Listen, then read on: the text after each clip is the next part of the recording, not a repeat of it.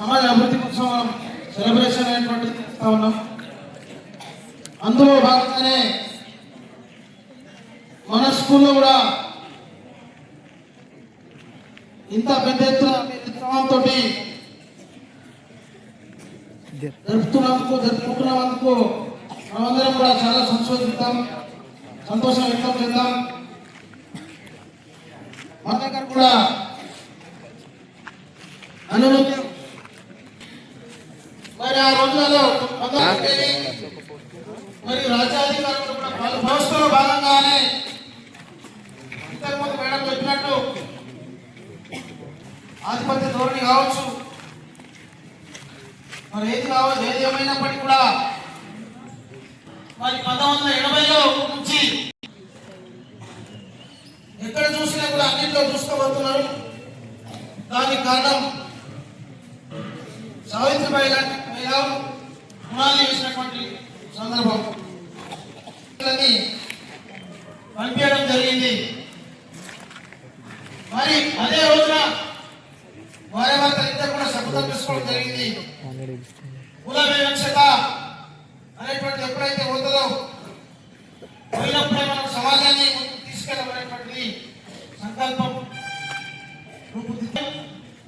ఆ రోజులలో భయంకరంగా కరువులు కాటకాలు వచ్చేటి.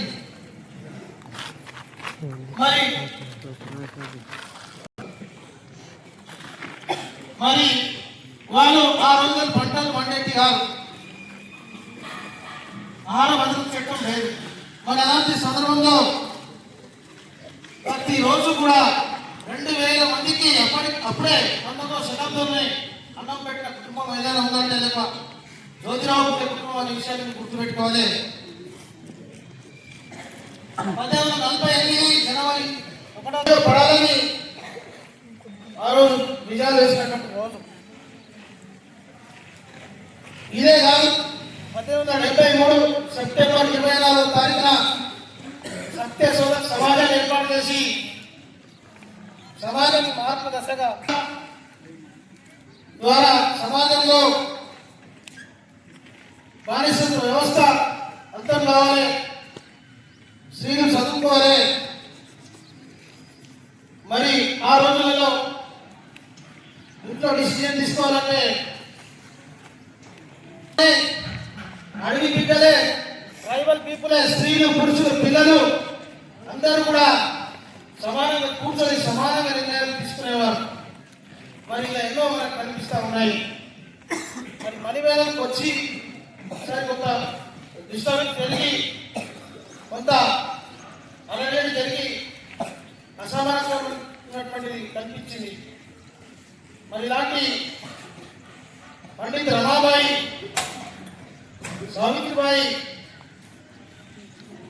ఇలా మేధావులు ముందుకొచ్చి మరి ఆ రోజులలో వీళ్ళు చేసి మన వాళ్ళ చూసి ఇలాంటి పనులు చేస్తారని చుట్టాలలో పనిచేస్తారు. లోకల్ బాడీస్ లో కావచ్చు, పార్లమెంట్ లో కావచ్చు, పార్లమెంట్ 33% రిజర్వేషన్, మధ్యప్రదేశ్, బీహార్, ఆంధ్రప్రదేశ్, తెలంగాణ రాష్ట్రాలు 50% రిజర్వేషన్ మహిళలకు కేటాయించింది. దానికి కారణం ఆ రోజు పడ్డటువంటి బీజం అనే విషయాన్ని గుర్తుపెట్టుకోవాలి. తమ జీవిత కాలంలో 52 పాఠశాలలు ఏర్పాటు చేసి సామాజిక మార్పు కోరుకోవడం జరిగింది.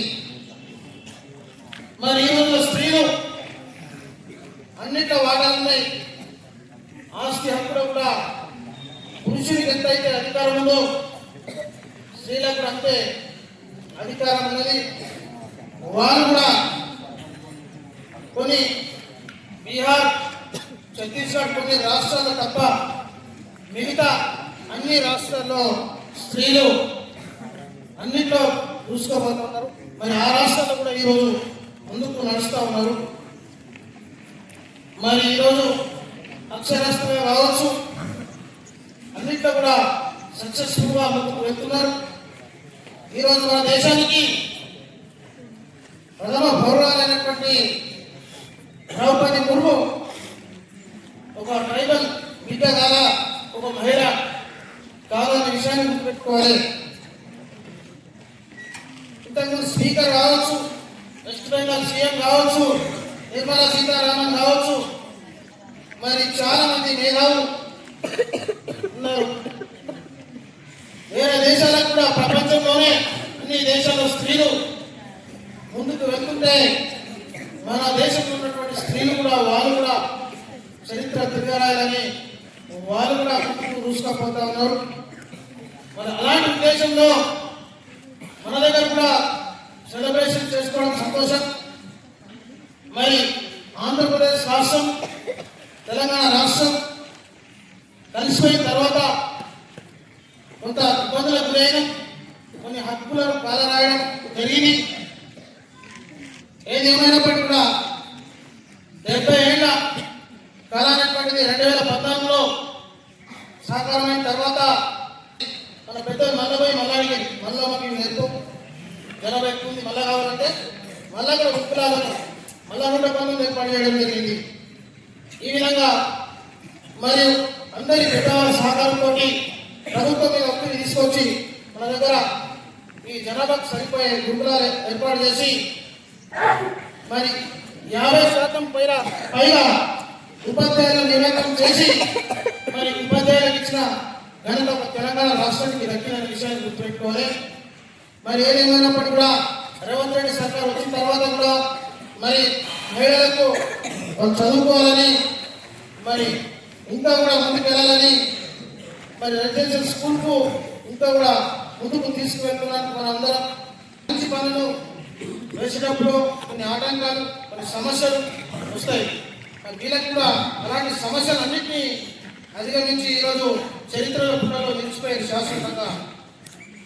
మరి ఈరోజు మరి మీరు మొదటిసారిగా ఏర్పాటు చేసినటువంటి పూనా స్కూల్కు ఈరోజు సావిత్రిబాయి పూలే పేరు పెట్టి జరుగుతూ ఉన్నది.